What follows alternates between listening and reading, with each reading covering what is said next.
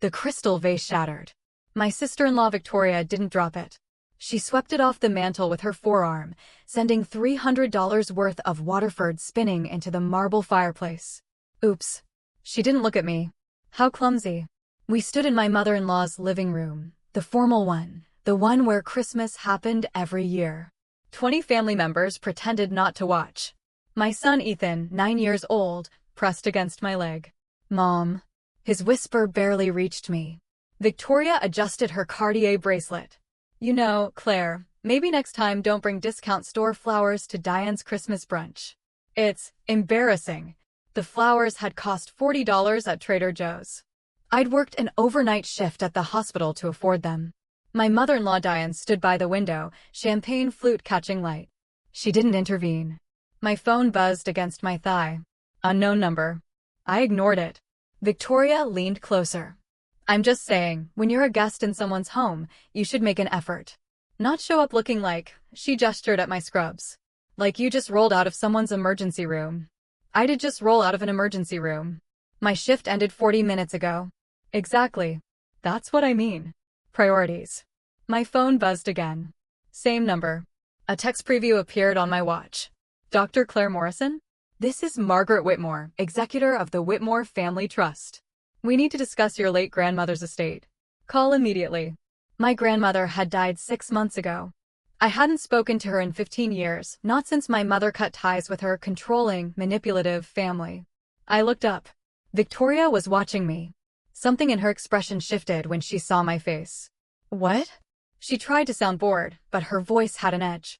Nothing. You look like you've seen a ghost. Diane crossed the room.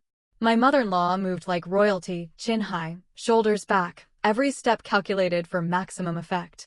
Claire, darling. Maybe you should take Ethan home. He looks tired. Ethan wasn't tired. He was humiliated. Because his aunt had just destroyed a gift in front of him. Because his grandmother had let it happen. Because his mother, me, had stood there and taken it. We'll stay. My voice came out flat. Diane's smile tightened. I really think. We'll stay. My phone rang. Margaret Whitmore. I looked at Diane. At Victoria. At 20 family members who'd watched me be dismissed, demeaned, and disrespected for 5 years. Ever since I married their golden boy Michael and failed to transform into the society wife they'd expected. I answered the call. This is Claire. Dr. Morrison. Margaret Whitmore. I've been trying to reach you for 3 days. Your grandmother's will has been probated. As primary beneficiary, you need to come to my office immediately. Primary beneficiary? Yes. The estate is valued at approximately $12 million. But there are complications. Time-sensitive matters. Can you come today? The room went silent. Not gradually. Instant, suffocating silence. Diane's champagne flute stopped halfway to her lips. Victoria's hand froze on her bracelet. My husband, Michael, absent until drama erupted, as always, appeared in the doorway. Claire? Who's on the phone? I kept my eyes on Diane. 12 million. Approximately. Your grandmother left specific instructions about distribution. Instructions that require your immediate attention. Dr. Morrison, I cannot emphasize enough, this is urgent. I'll be there in an hour. I hung up. 20 people stared at me. Victoria found her voice first. $12 million? I bent down, picked up a shard of the shattered vase, held it up to the light. Waterford crystal. About $300 retail. But you knew that, Victoria. Because you checked the price tag before you broke it. I set the shard on the mantel. Send me the bill. I'll pay for it. I took Ethan's hand. Walked toward the door. Diane's voice followed us. Claire, wait. Let's not be hasty. We should talk about. I stopped. Turned. Made eye contact. For 5 years, I'd been the disappointing daughter-in-law. The nurse who wasn't a doctor. The state school graduate who wasn't Ivy League. The woman from nowhere who'd somehow trapped their brilliant son. For 5 years, I'd counted to 10 and walked away. But something had just changed. No, Diane. We shouldn't. I walked out with my son. In the car, Ethan finally spoke. Mom, are we rich now? I started the engine. I don't know, baby. But we're about to find out. Drop a comment if you've ever been treated like you don't belong, only to discover you held the keys the whole time. Subscribe if you believe that the quietest person in the room is often the most dangerous. The humiliation had started 5 years ago. At my engagement party, Michael's family had insisted on hosting. It's tradition, Diane had said. The groom's family hosts the engagement celebration. What she meant, we need to control the narrative. The party had been at their country club. 200 guests. Ice sculptures. String quartet. Invitations that arrived in cream envelopes with wax seals. I'd worn a dress from Nordstrom Rack. $70 on clearance. Victoria had worn Valentino. Halfway through the evening, Diane had pulled me aside. Claire, dear. Let's talk about the wedding. Okay. Michael's father and I would like to contribute. Make it memorable. That's generous. But we'll need input on the guest list. The venue. The aesthetic. I'd nodded. Diane continued. And dear, about your family. Your mother, she's a hairdresser, correct? She owns a salon. Right. Well, we're inviting several business associates. Lawyers, investors. You understand. It might be best if your mother's profession wasn't prominently discussed. My chest tightened. You want me to lie about what my mother does? Not lie. Just be discreet. There's a difference. I'd counted to 5. Walked away before I said something that would end the engagement. The wedding had been Diane's production. She'd selected the venue, her country club.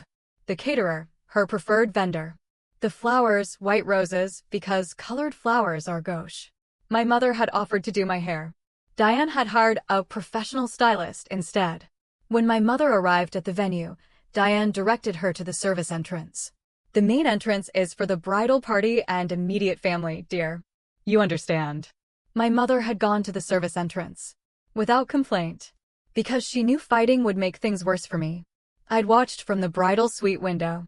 Watched my mother, who'd raised me alone, who'd worked 60-hour weeks to put me through nursing school, walk around to the back of the building like Steph. I'd gripped the windowsill. Counted to 10. Smiled for the photographer. The rehearsal dinner had been worse. Diane had given a speech. When Michael told us he was marrying a nurse, we were surprised. But Claire has proven herself to be dedicated, hardworking, and most importantly, she'd raised her glass. She clearly loves our son very much. The room had applauded. Polite.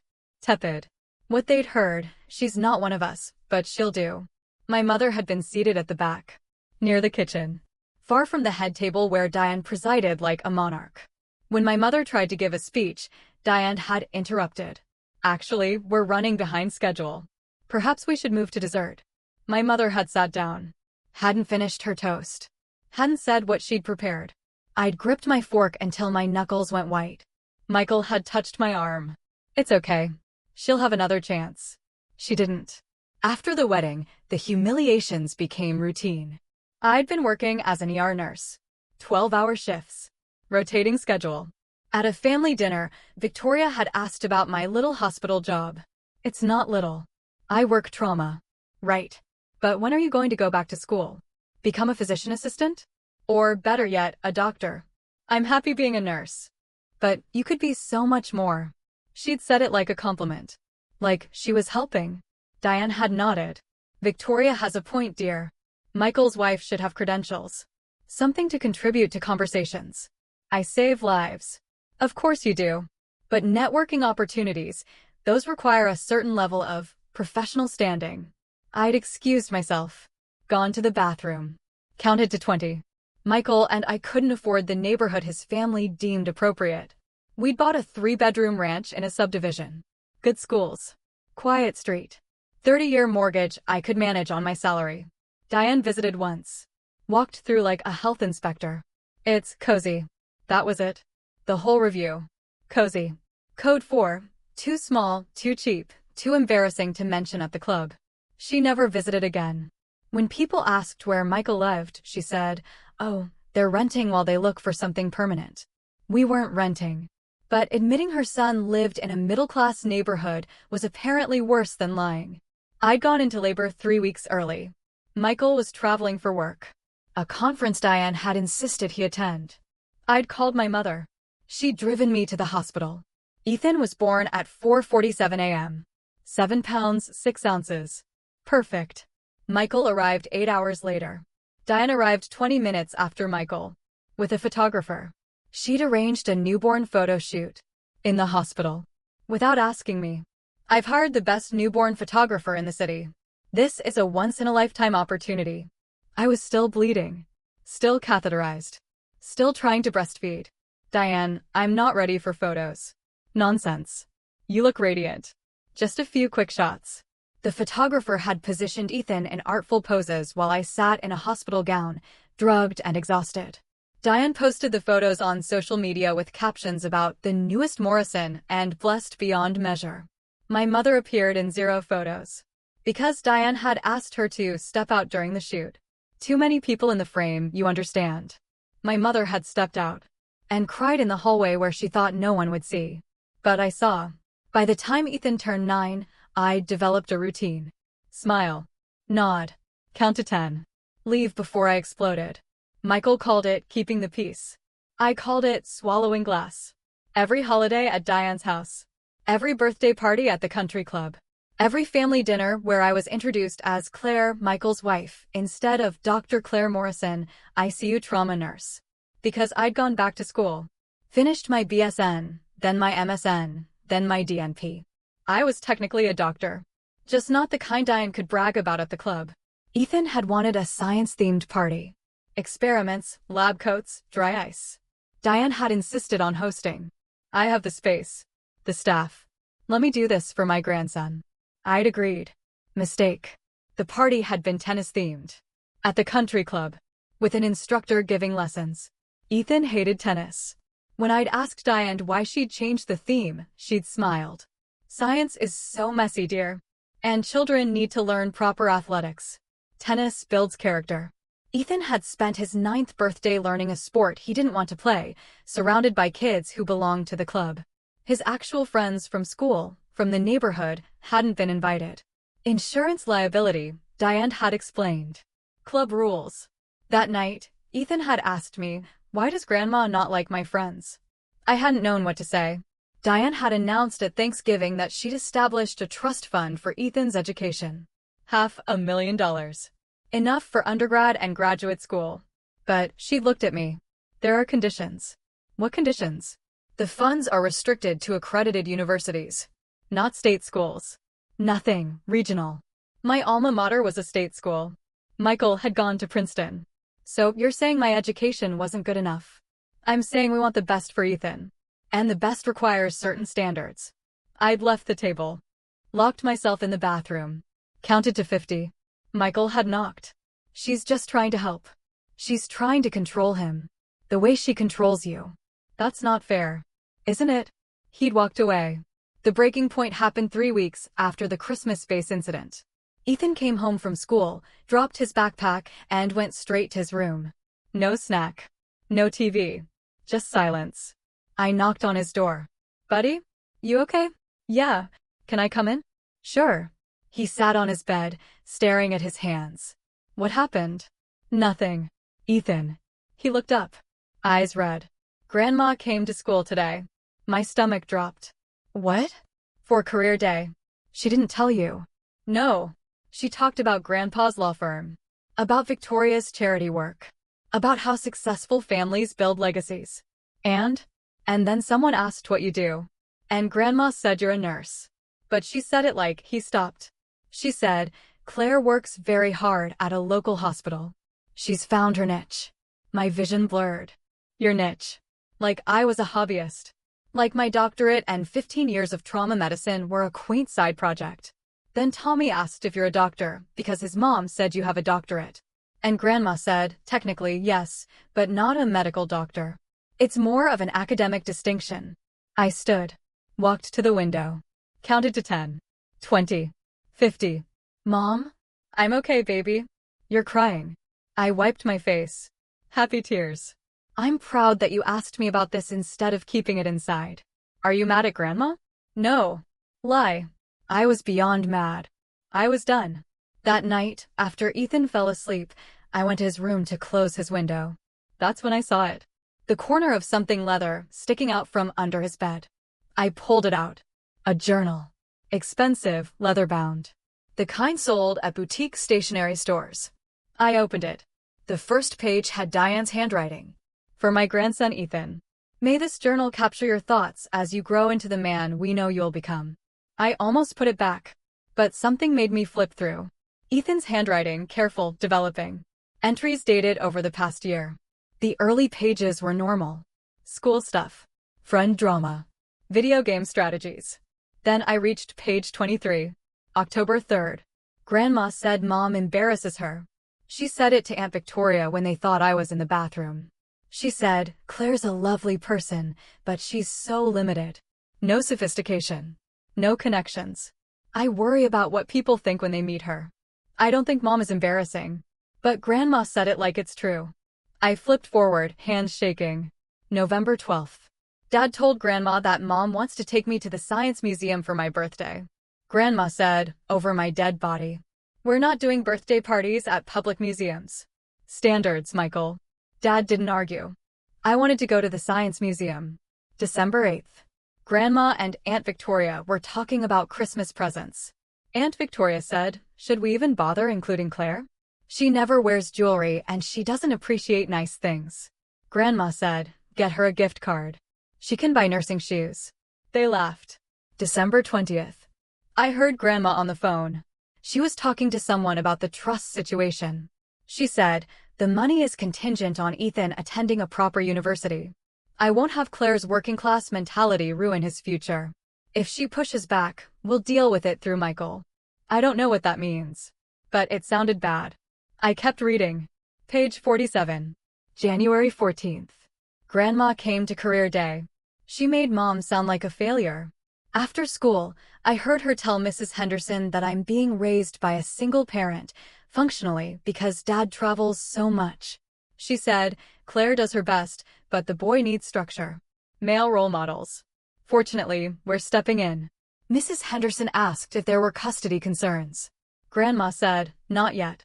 But we're documenting everything. Just in case Claire becomes difficult. I don't know what she meant. But I'm scared. The journal fell from my hands. Documenting everything. Just in case I became difficult. Diane was building a case. For what? Custody? Control? I picked up the journal. Photographed every page. Then I called the number from Christmas. Margaret Whitmore answered on the second ring. Dr. Morrison. I was hoping you'd call. I need to know something. My grandmother's will, are there conditions? Several. But the most significant one involves your mother-in-law, Diane Morrison. What about her? Your grandmother and Diane were second cousins. They had a falling out 30 years ago over your grandmother's estate management business. Diane believed she was entitled to a partnership. Your grandmother refused. The relationship never recovered. Why does that matter? Because your grandmother left specific instructions. If you can prove that Diane has engaged in financial manipulation, emotional abuse, or attempted custodial interference against you or your son, an additional $8 million will be released from a restricted trust, bringing the total inheritance to $20 million. My legs gave out. I sat on Ethan's bed. $20 million? Contingent on evidence. Your grandmother was very specific. She believed Diane would eventually target you the way she targeted others. She wanted you protected. And she wanted Diane exposed. I have evidence. What kind? A journal. Written by my 9-year-old son. Documenting a year of emotional manipulation and what appears to be groundwork for a custody challenge. Silence. Then, Dr. Morrison, I need you in my office tomorrow morning. Bring the journal. Bring any other documentation you have. And Dr. Morrison. Yes. Your grandmother knew exactly what Diane was. She spent the last 15 years of her life making sure you'd have the resources to fight back. Don't waste her gift. I didn't sleep that night. I photographed every page of Ethan's journal. Then I went through my own records. Emails from Diane. Text messages. Voicemails. A pattern emerged. Every time I'd said no to something, a party, a trip, a demand for access to Ethan, Diane had escalated. Threats disguised as concern. I worry about Ethan's stability. Children need consistency. Perhaps we should discuss custody arrangements more formally. She'd been laying groundwork. For months. Maybe years. The next morning, I met with Margaret Whitmore. Her office was in a building I'd driven past 1,000 times, but never entered. Glass and steel. 30th floor. View of the harbor. Margaret was 70, silver hair in a neat bob, eyes that missed nothing. Dr. Morrison. Please sit. I handed her my phone. The journal. Every page photographed. She scrolled through. Didn't speak for 10 minutes. Finally, this is worse than your grandmother feared. What do? We file for a restraining order. Grandparent harassment. Then we petition to have Diane's trust fund for Ethan voided on grounds of attempted custodial manipulation. And then she looked up. We take everything. Everything. Your grandmother left instructions. If we can prove Diane's actions meet the threshold for abuse, you receive the full $20 million. Additionally, we file civil suit for emotional distress and attempted interference with parental rights. We make it costly. Public. Impossible for her to recover from. She'll fight.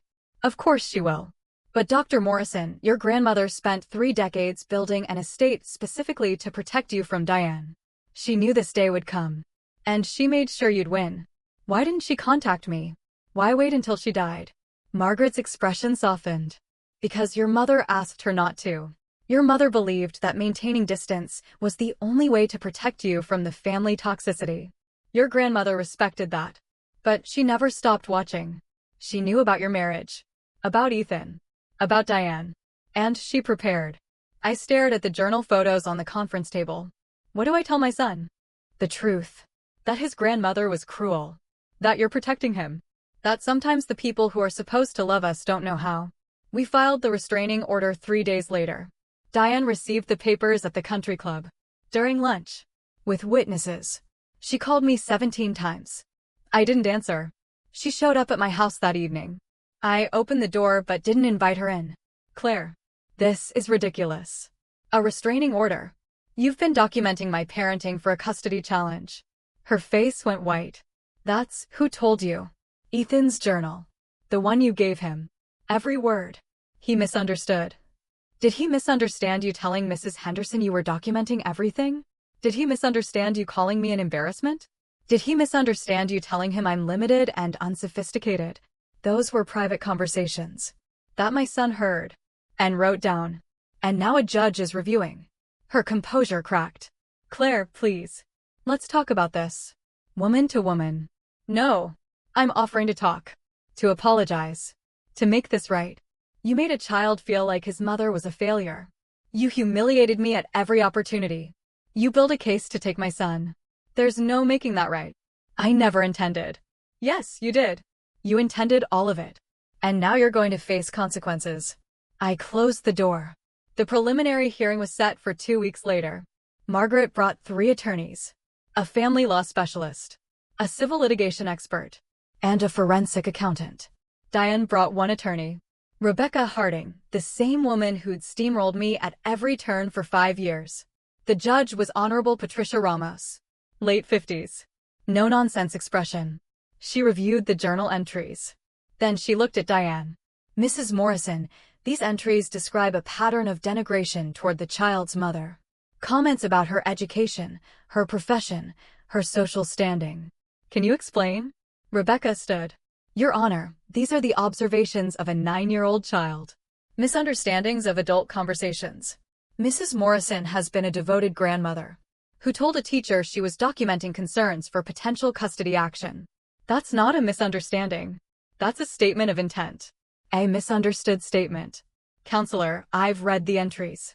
This child documented specific quotes, dates, context. Either he's a remarkably sophisticated liar, or your client has been systematically undermining his mother for over a year. Which is it? Rebecca had no answer. Judge Ramos continued. I'm granting the temporary restraining order. Mrs. Morrison is prohibited from contact with the child pending a full evidentiary hearing. She is further prohibited from contacting Dr. Morrison except through attorneys. Diane stood. Your Honor, this is my grandson. Sit down, Mrs. Morrison. I have rights. You have privileges. Which you abused. Sit down. Diane sat. Her hands were shaking. After the hearing, Rebecca pulled Margaret aside. This is vindictive. Claire is using a child's diary to destroy her mother-in-law. Claire is using her mother-in-law's own words. Words documented by a traumatized child. If you don't like how it looks, blame your client. Diane is willing to settle. Drop the restraining order, will agree to supervised visitation. No. Margaret, be reasonable. Your client spent 5 years terrorizing my client. She weaponized her son against his wife. She made a 9-year-old boy believe his mother was an embarrassment. There's no settlement that fixes that.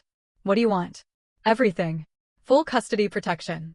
Termination of Diane's trust fund control. Civil damages for emotional distress.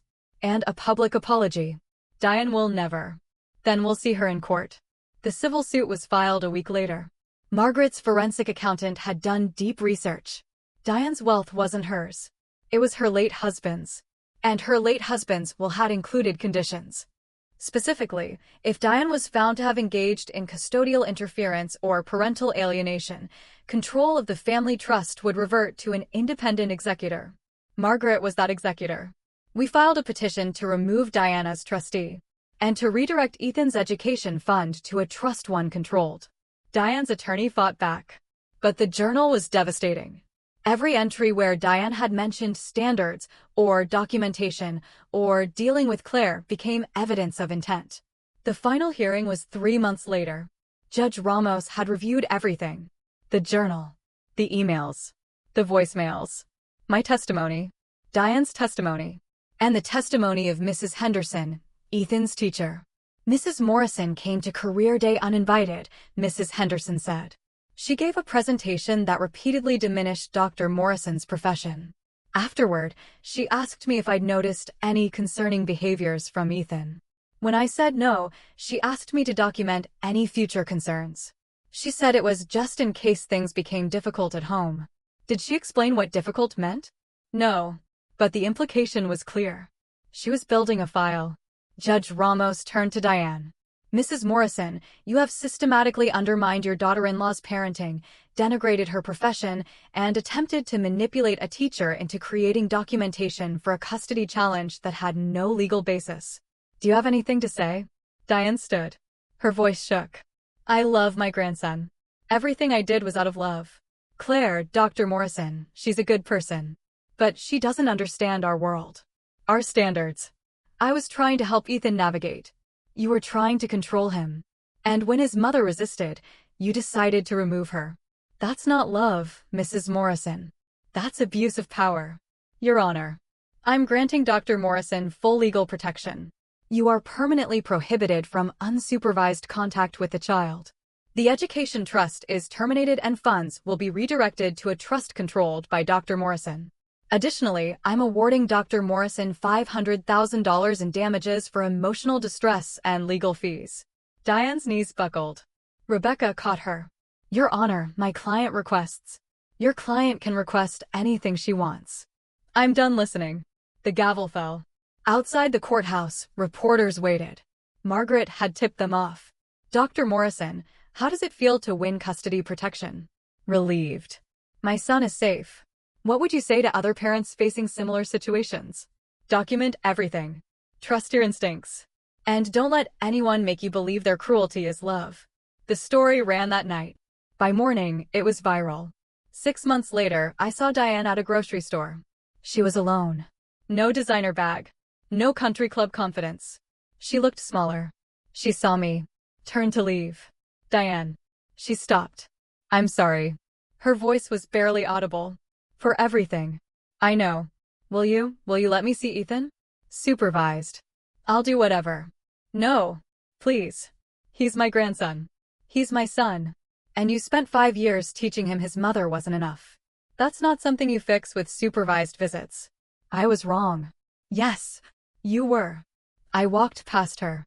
At the exit, I looked back. She stood in the aisle, surrounded by strangers, utterly alone. I didn't feel triumph. Just sadness for the relationships she destroyed because she couldn't accept that love doesn't require pedigree. The inheritance changed everything. Not because of the money. Because of the freedom. I quit the overnight shifts. Took a research position at the hospital. Started publishing papers on trauma care protocols. Ethan transferred to a private school, one I chose. One that valued science and curiosity over tennis and status. My mother visited every week. Sat at my kitchen table. Drank coffee. No more service entrances. No more back tables. Just my mom, in my house, being honored the way she always should have been. Michael and I divorced. He'd known about Diane's behavior, had enabled it, had chosen his mother's comfort over my dignity. The divorce was quick, fair, and final. He got supervised visitation with Ethan. I got peace. 1 year after the trial, I took Ethan to visit my grandmother's grave. We stood in silence. Did you know her? Ethan asked. Not well. But she knew me. How? She watched. She waited. She made sure I'd be okay. Like you did with Grandma Diane? Yeah, like that. He put flowers on the headstone. Cheap ones from the grocery store. Do you think she'd mind? That they're not fancy? I think she'd love them. We sat on the grass. Mom? Yeah. Are you glad she left you the money? I thought about it. I'm glad she left me proof that I mattered. The money is just evidence. Evidence of what? That silence isn't weakness. It's just patience. He nodded. We sat until the sun set. That night, I opened Ethan's journal one last time. The final entry was dated 3 days after the trial. Mom won. Not because she's rich now. Because she was always right. Grandma Diane said Mom was limited. But Mom is the smartest person I know. She just waited until she had proof before she fought back. I want to be like that. Smart enough to wait. Strong enough to fight. Mom says that's what winners do. I closed the journal. Put it in a safe deposit box. Not as evidence. As a reminder that the people who underestimate you always tell you exactly who they are. And if you're patient enough to listen, to watch, to document, they'll build the case against themselves. All you have to do is wait. And when the moment comes, speak. Not loud. Not dramatic. Just clear. And let the truth do the rest. I poured a glass of wine.